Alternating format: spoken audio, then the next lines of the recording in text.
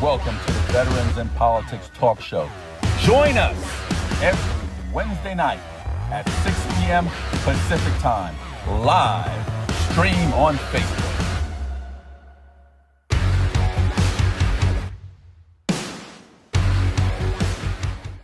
Folks, we're back. This is Steve Sanchez, Stephanie Phillips with another episode of Veterans in Politics. We have Joshua Dowden, candidate for Nevada State Assembly District Number 5. But before we get to Mr. Dowden, Ms. Phillips. Thanks for joining us, everybody. And thanks to our sponsors. We have Dr. Ari Nagy. He's running for Congressional District 3. His website is nagyforcongress.com, and that's F-O-R, nagyforcongress.com. We also have Henderson's mayor, Michelle Romero. She's running for re-election. Her website is votemichelleromero.com. votemichelleromero.com. We also have Cody K. Whipple. He's running for Congressional District 4. His website is codykforcongress.com, and that's the number 4, codykforcongress.com. We also have Dave Marlin. He's running for Las Vegas City Council, Ward 6. His website is daveforvegas.com, and that's F-O-R, daveforvegas.com. We also have Judge Jennifer Schwartz. She's running for re-election for Department 17. Her website is judgeschwartz.com. judgeschwartz.com. We also have Tim Ross with the North Las Vegas Hangars Association. If you would like to know more about what they do and their program, visit vgthog.org. That's vgthog.org. Also, that empty space up there, George Harris, that is for your sign when you get it to us. George Harris is running for Senate District 8, and his website is votegeorgeharris.com. votegeorgeharris.com. Also, don't forget to grab your copy of Steve's book, How to Navigate Nevada's Family Court System. If you are in the court system and you don't have an attorney, can't afford one, grab a copy of this book. It's a self-help book and will help you navigate that system. You can get a copy on Amazon. It is $14.99. Also, we have a merch store. It's vipimerch.com, vipimerch.com. There's all kinds of fun things on there for you to check out. And we also have more endorsement interviews starting Friday from 2 to 6 p.m. and also all day Saturday, 8 a.m. To 6 p.m. on Saturday. And these are all assembly races. So be sure to tune in there. I want to just do a short rant. And this is about the central committees that endorse pre-primary. When I see this happen, to me, it's my personal opinion, when you endorse people before the primary, you're disenfranchising all the rest of the Republicans and the members in your party that are running for these races. I have seen bias, slanted opinions. I mean, you don't give everybody a fair shake. And when you endorse pre-primary, I just don't think it's fair to all the other Republicans that are members of your group and all of that. So up in Washoe County, it has been brought to my attention that not only are these pre-primary endorsements going on, they now, if you're not an endorsed candidate, they don't let the other Republican candidates bring in their rack cards, business cards, their signs, so that the Republicans in the community can come pick up their material. They're not allowing those unless you're an endorsed candidate. It's a dictatorship. That is wrong. Bruce, I love you. I don't know what you're doing up there. I do not agree with that. Then when they had this meeting up there, the chairman was speaking in favor at an event for one of the candidates for CD2 before the endorsement meeting. So you're kind of like planting the seed and putting out your opinion beforehand. That's just not fair. The chairman was allowing a slide of a misrepresented quote by Danny Tarkanian just before the endorsement meeting on the 30th. The chair, and I guess others, not allowing any campaign materials in the Washoe GOP office. That's terrible. Everybody should have the opportunity to put their stuff in there. I did. I put my stuff. Everybody does. That's just, I don't know. That's terrible. The chair requiring vetting to be done by him, not a committee, prior to any candidate speaking to Central Committee, prior to endorsement votes. Bruce, come on. It's power The control. chair, through his influence, changing the rules about endorsing for primaries. You just arbitrarily change rules just because you feel like it? I have been on the phone with so many people in the North that, I was sent an email with all this stuff. People are really not happy with what's going on up there. I don't know what the heck is going on, but I'm sure getting a lot of calls about it. So I wanted to call this out. And maybe this is going on in other central committees, but I completely disagree with these pre-primary endorsements from the committees. I think everybody should have a fair shot. Let people decide who they want to vote for, get through the primary, and then support that Republican candidate. Otherwise, you're disenfranchising everyone else, and it's not fair, especially from a candidate standpoint. And you can put your 2 cents in too if you'd like to. Sure. oh, mine's completely different. Yeah. So if I heard you right, you're just referring to certain committees that are All the committees. Yeah. The committees. All the, yes. Because I'm all a the big fan central of pre-primary endorsements, but if you're just talking like these specific, these. Just the central Yeah, committees in our state. That's it. I before just this second, I did not have a strong opinion on that, whatsoever. But hearing your rant, that I'm convinced that I'm a big fan, especially from a candidate standpoint, of pre-primary endorsements. I think that opens up the avenue for the candidate that is the endorsed candidate, and so I would appreciate that. And I do see a value, in doing that, as well. But again, if you're talking about these specific groups, yes, that's I would agree would be a little bit different story. Yeah, because it slants everybody's view. It's biased. It's, you're not getting a fair shake. You're a Republican, just like the other guy. Yeah. And you both are members. You both put in the time. You're both there. But yet they're going to support someone over you. Everybody needs a fair shake.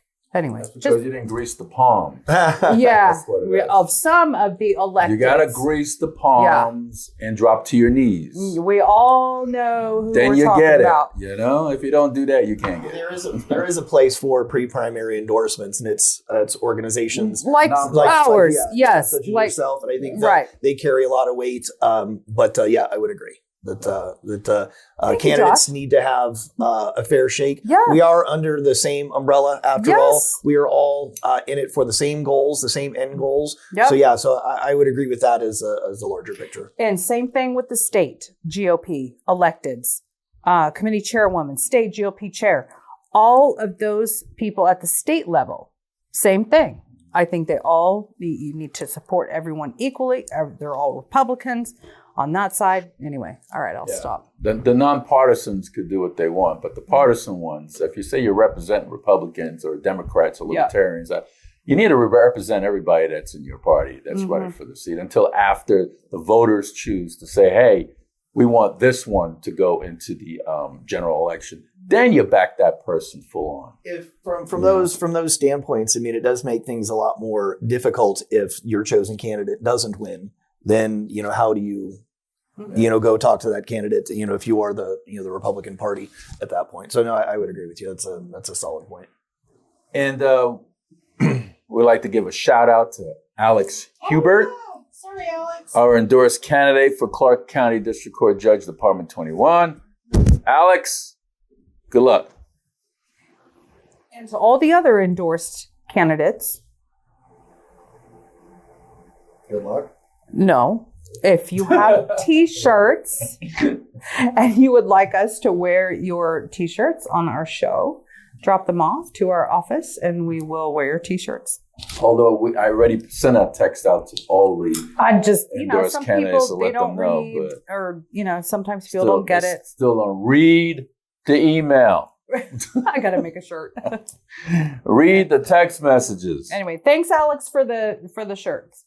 Mr. Dowden. Dowden. Thank you very much. Thank you for coming on the show. Oh, I appreciate it. Thank you for having me. Could you give us a bio, please? I'm a 26-year Las Vegas resident.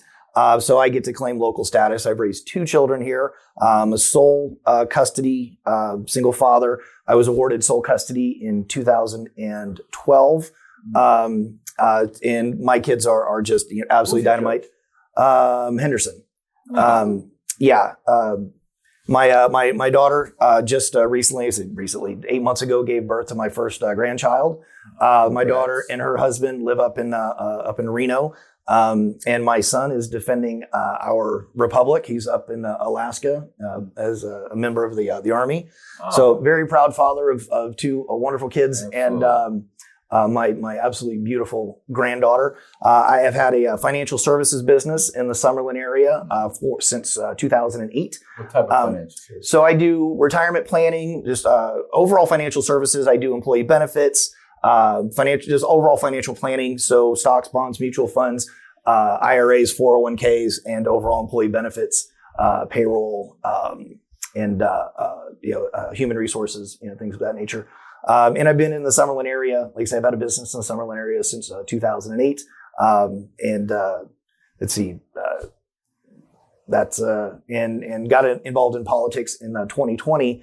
I don't necessarily say that Donald Trump got me motivated. That wasn't really it, but certainly inspired you and me to run. I looked at somebody from the business world that didn't have any political experience and was able to obviously get elected president. Whether you love him or hate him, Donald Trump has done a lot of really great things, as president, and so that's really helped me look towards what can I do in the community? What can I do as part of the legislature to help get Nevada to where I believe we can go. We live in the greatest city, in the greatest state, in the greatest country in the history of the world. And when I moved here in 1999, it was a different state than what it is now.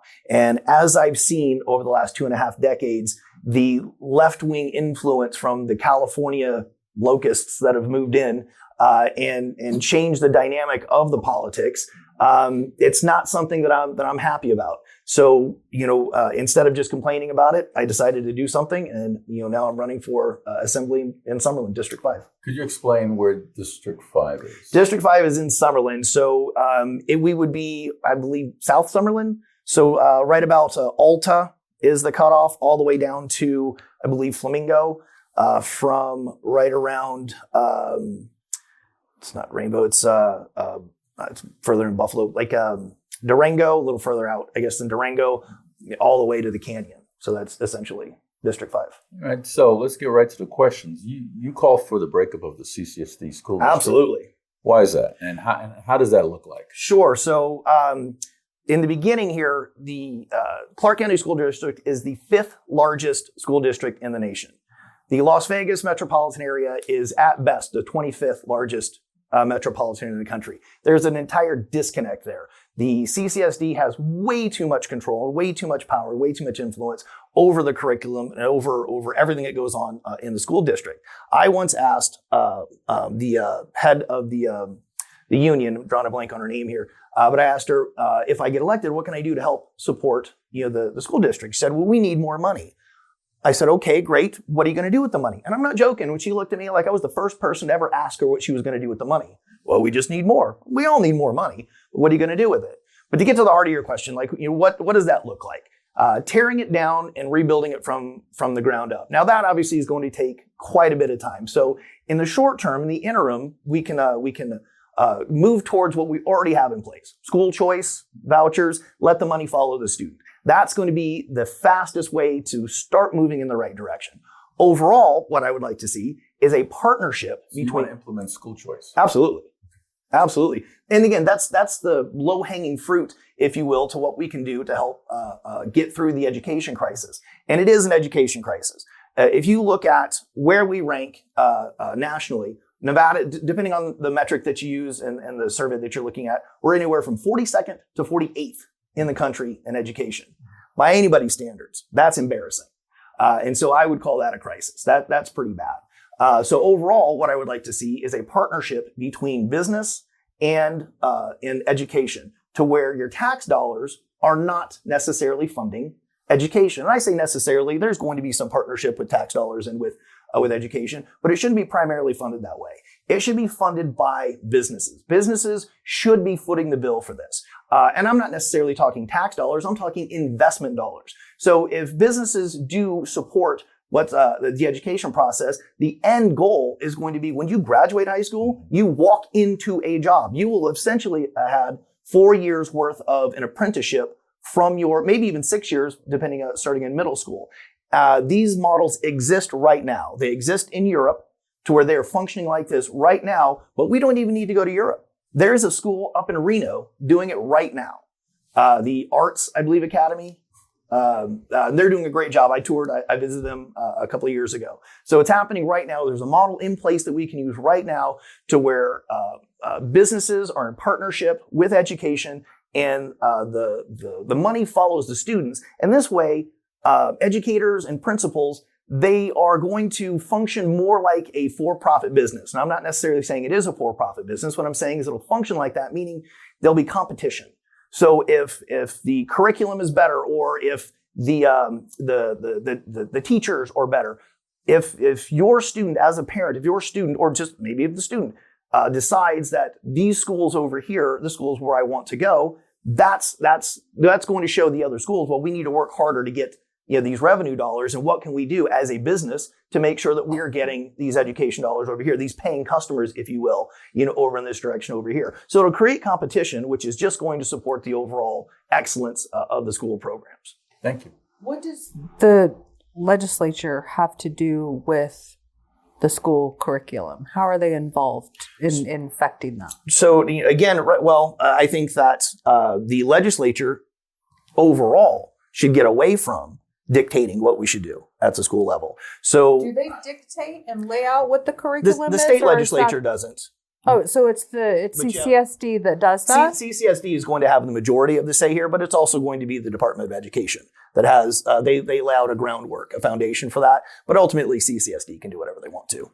At that point. So you, as an assemblyman, wouldn't have anything to do with the curriculum. Oh, I think we could. I think that we need to set a framework, a structure, for that. But long term, again, Joshua's long-term vision for that is that we would remove ourselves from education and let the educators and the surrounding communities be the ones that determine, what the education should look like. In the short term, though, that would look a little bit different. We would do, again, school choice, vouchers. There would have to be some intervention from a legislative standpoint so that we could get us where we need to go. But there would be a timeline and there would be realistic goals as to when we hit these goals, then we back off a little bit. And then ultimately we would have very little oversight except for when it comes to making sure that students are being well taken care of and the education system was working properly. So what bills through this last session, especially ones with education, since we're talking about education, which ones did you oppose? Did you call in, write in, go testify?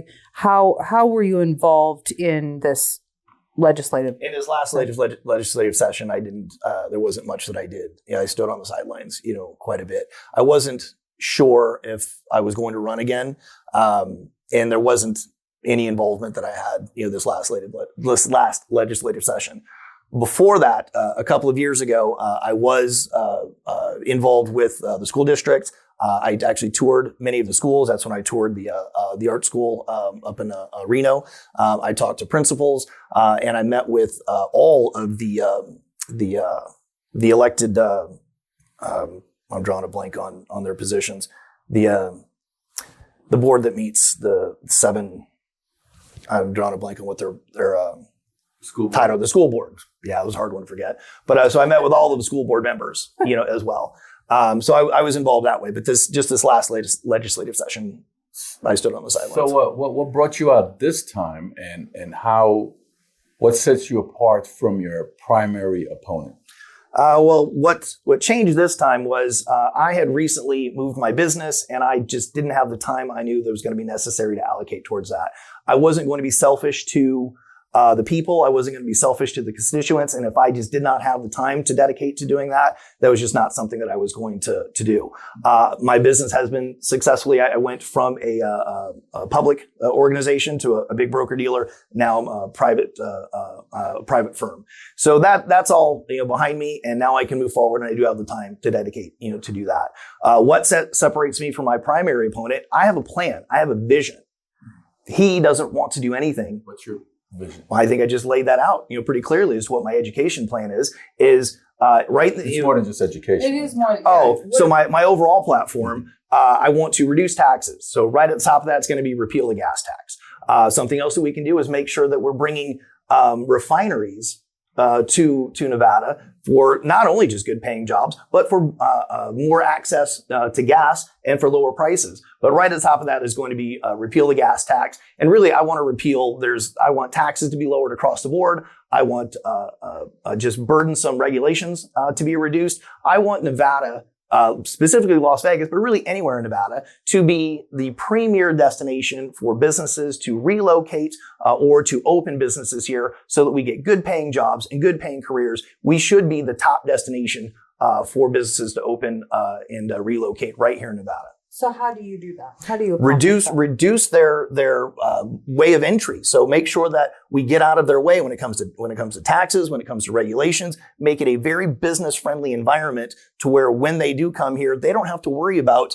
all the things that make running a business difficult. The legislature getting in the way, laws getting in the way, taxes, just over taxes and things of that nature. So just making sure we provide the environment that's going to allow them to thrive with, again, just making sure the legislature stays out of the way, that businesses are allowed to flourish without a lot of rules and taxes and regulations. How many BDRs do you guys get? I haven't looked into that. You know what a BDR is?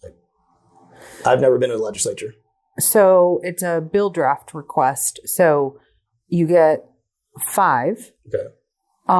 What would those bills look like? Have you written out what bills you would submit when you get there? I've never been part of the legislature. This is going to be my first time. Well, you don't have to be part of the legislature in order to do that. It's what your issues, the no taxes and the the energy and all the things. So have you looked at or written out what possibly those would be that you could submit?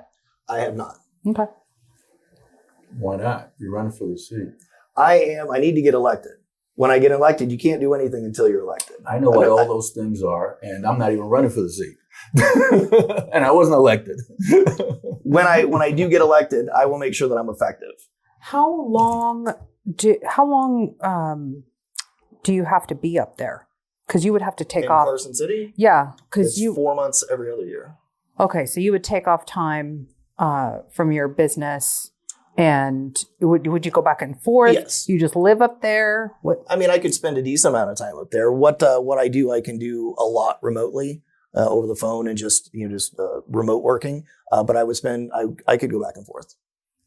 But yeah, my daughter is up there, so spending some leisure time with my daughter and my granddaughter, that would be great. But spending some time up in Carson City, that would be fine as well. But I am afforded the ability to be able to work remotely. But yes, I would come back when needed to be in the office. What do you get paid being an assembly?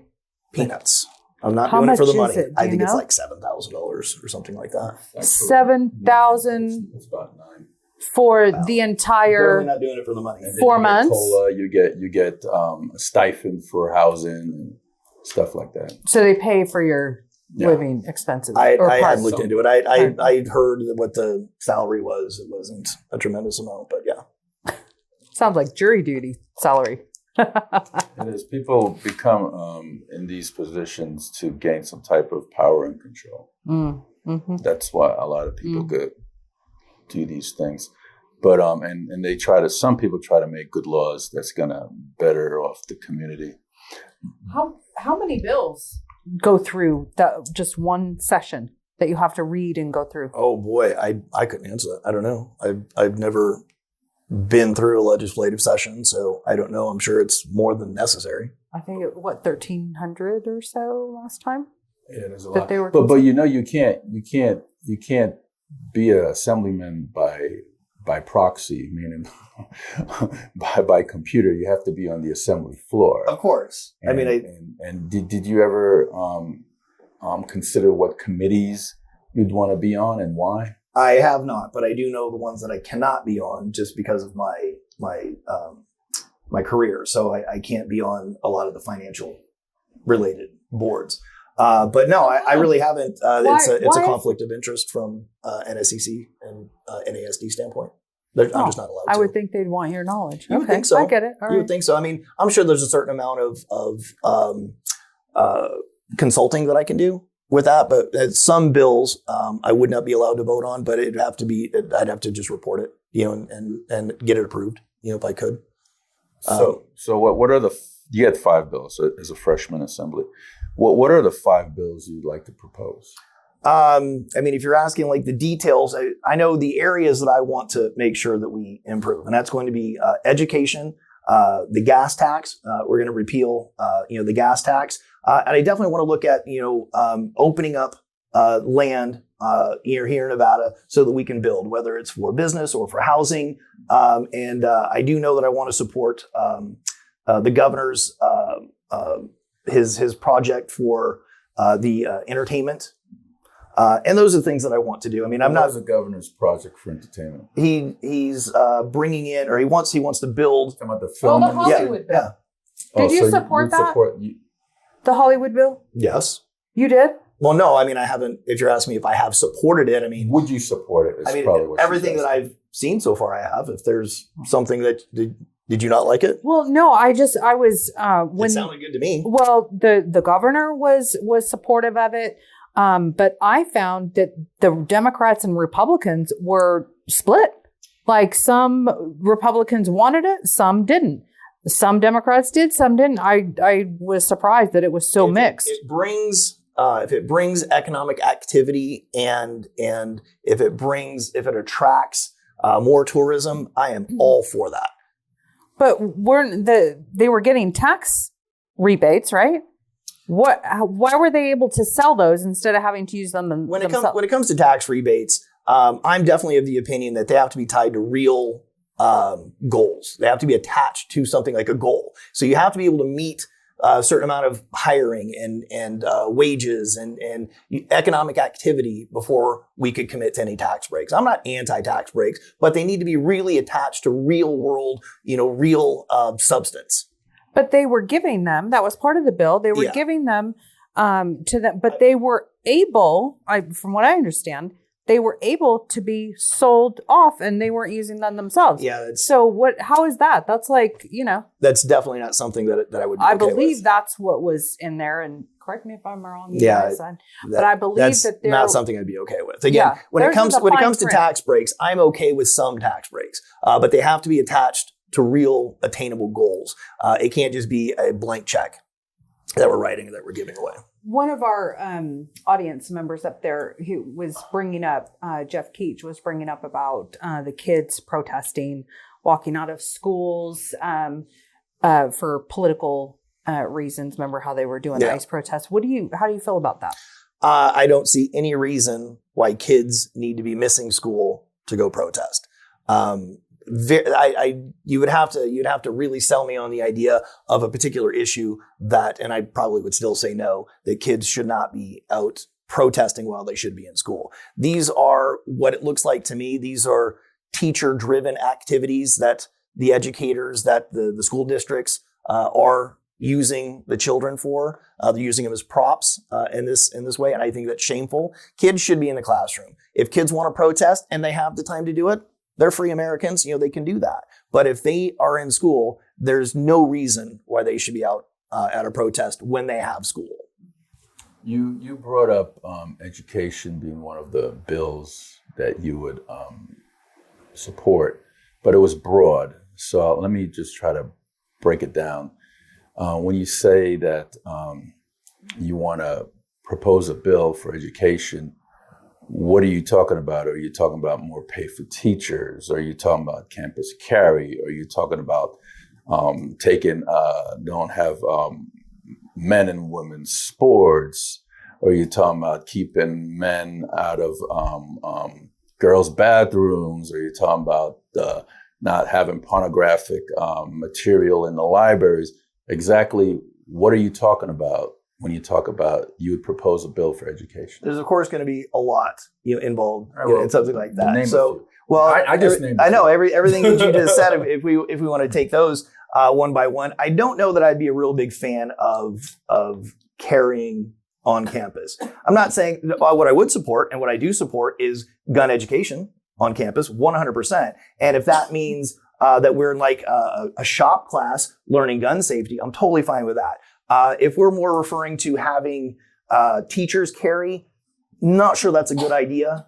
For that, we've got tens of thousands of teachers around the country.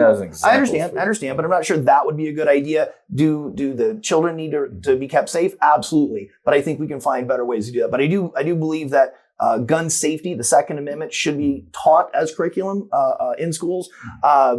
Men in women's bathrooms. I mean, I don't know why anybody would support that. I think that's just. I can't believe in today's world we're even talking about something so silly. There's millions like across that. the country. Yeah, I get it, but it's incredible. They've lost until their they mind. get raped. They've lost their mind.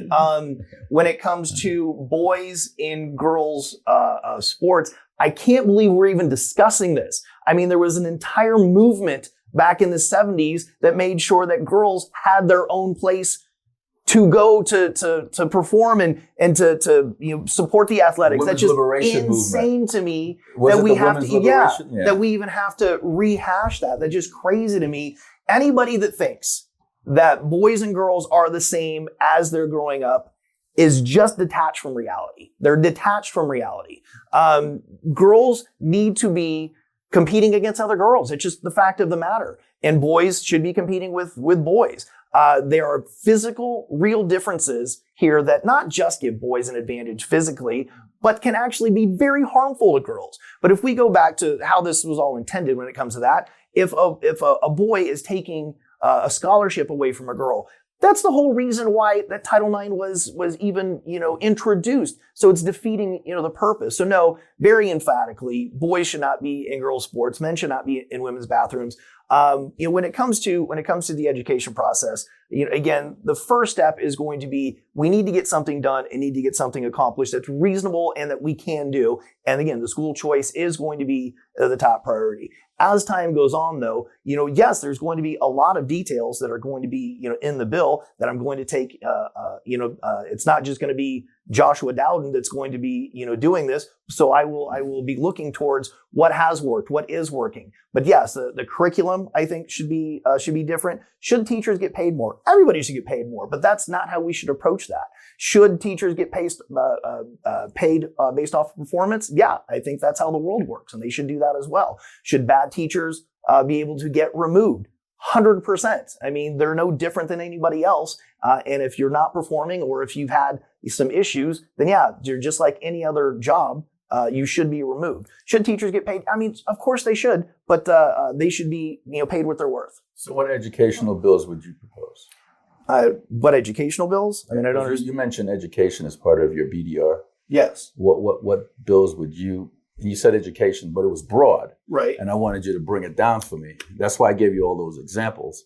So what educational bill would you support? Again, to begin with, it's going to be school choice. I mean, is that not specific for you? I mean, that's going to be right away. They tried that once before. Sure. How are you gonna? I mean, we're going to need to gain support from that across. That's the governor's bill. Yeah. They're going to bring it over the finish line this time. The ACLU got involved. Yeah. And because apparently some of the people wanted to pull their children out of the public sector and put them in private religious schools, and the ACLU got involved because I supported that. I think that was like, my God, that was like 5-6 sessions ago. Yeah. And I supported that. But how would you overcome the ACLU saying that, hey, we don't want the money to follow the kids because the kids are going to go to religious schools and da da da da. I mean, the ACLU can say whatever they want to. I don't know why they have. They won last time. Yeah. So. I mean, I'm sure we're going to see them again, and I doubt there's much that I can do that's going to change their minds. What I want to do is I want to change the minds and the opinions of the people of Nevada. The people of Nevada need to support this, and they need to put pressure on their legislators. They need to put pressure on their representatives to make sure that their kids' futures are being taken care of. And for people, I might hear sometimes that, well, I don't have kids in school. I'm not going to have any more kids. That's not even the point. The point is these kids are going to grow up to be business owners. They're going to be people you're going to hire. They're going to be future judges. They're going to be functional parts of the community. And so everybody has a vested interest in making sure that the education system is working, firing on all cylinders. So yeah, I mean, whatever the ACLU does, they're going to do. I mean, there's not much I can do to control that. What I can do is talk to the people, talk to the parents, and make sure that, we are getting our point across as to why this is important. And so they can put pressure on the legislators. A note from Lorena. She said, I would like to request VIP issue a clarification. Everything CCSD does has to fall within the guidelines of NRS statutes. There's more there, but I can't see the rest of that, Lorena. Thank you for that. Also, one of our guests asked, there's so many Democrats up in Carson City and the legislature, they have a majority. So how do you get them to agree with you to repeal the gas tax? Well, it's like I said, when you talk to the people and you get the people on your side, you're going to have to convince them to go talk to their elected representatives. I might not be able to convince a Democrat to repeal a tax. I haven't met a Democrat yet that doesn't love taxing people or raising taxes. But if you take your issues to the people and you ask your people to put pressure on the people that they've elected or to elect people that are going to. That rarely works because you see all these people that will go up there and testify against whatever it is. They don't listen to those people. They just do whatever their agenda is and what they're going to do. So is that something that the governor can do as an executive order to repeal the gas tax? Can he do that? I don't know. I don't know what the governor has powers, on when it comes to repealing a gas tax. If that is, I would love to have a conversation with him. I don't know if that's in his purview, or not. But if it is, I'd love to have a conversation with him about that. So if you take away that gas tax, then that tax has to be made up from something else. So where is that going to come from? I want to grow the economy. Economic activity is going to cure everything. Tourism, new businesses, all of that is going to cure. Well, tourism, it's like, terrible right now. It's down. It's too expensive. They're just charging people, especially locals, the parking. I don't think they should charge us. Parking. There's a lot I don't think they should charge us. Yeah. On. Yeah. I don't run a casino, but if I did, I would be more focused on the gaming aspect of it and not the nickel and diming of what they're doing. Mm-hmm. When it comes to how much they charge for rooms and the resort fees and the parking and so on and so on. Yeah, I would agree. And so I would like to find a way to talk to the casino representatives to where we could make it to where we're encouraging more tourism. I'm sure that's what they would like too. So I'd like to find a way that we could all be happy and we could create more tourism. I mean, that's who we are. We're Las Vegas, and that's the place that people love to come to. And I would like to encourage more of that. So yes, find a way to do that. What do you think of the solar farms that are all over our state? I think that it is not only a waste of time. I think it's a waste of energy. I think that it's a waste of land. I don't think it's a great idea for most, if not all, of the alternative forms of energy like that. And this is coming from a guy who drives an electric car. So what's your, if you got rid of all of those, what's your answer to Well, that? when it comes to our everyday lives, I mean, oil is drives our everyday lives. So I don't see any reason why we need to get away from that. But when we're talking about how are we going to power our houses and things of that nature, nuclear power is the cleanest form of energy that we have. So we should be investing in that. I'll tell you who is investing in that. All of the tech companies, Google and Microsoft and Amazon, they're all investing in their own energy companies. And guess what they're using? Nuclear power. Why are they doing that? Because it makes sense. But isn't it radioactive? Oh my goodness. Is something dangerous? Mm-hmm. I mean, the last time I talked to somebody, sun. It doesn't displace the natural habitat. It doesn't ruin the natural habitat of the ecosystems that we have currently. Is it dangerous? Life is dangerous. There is a danger everywhere. I don't really think that's an excuse to not do it. When I have talked to the experts about this, it's never been safer than what it is right now. France, the last time I checked, I think most of their energy comes from nuclear. But again, if you get right down to brass tacks, the most powerful companies in the world are using nuclear power, or they're gearing up to use nuclear power so that they can power the AI revolution. I'm on board with the smart people. I think that's a great idea. How much does it cost to run an assembly race? And you've run a Senate race. Wait, 2 Senate races before? Yes. Okay, so 2 Senate and assembly. So what is it? A lot of money. So visit dowdenfornevada.com so you can donate to the campaign.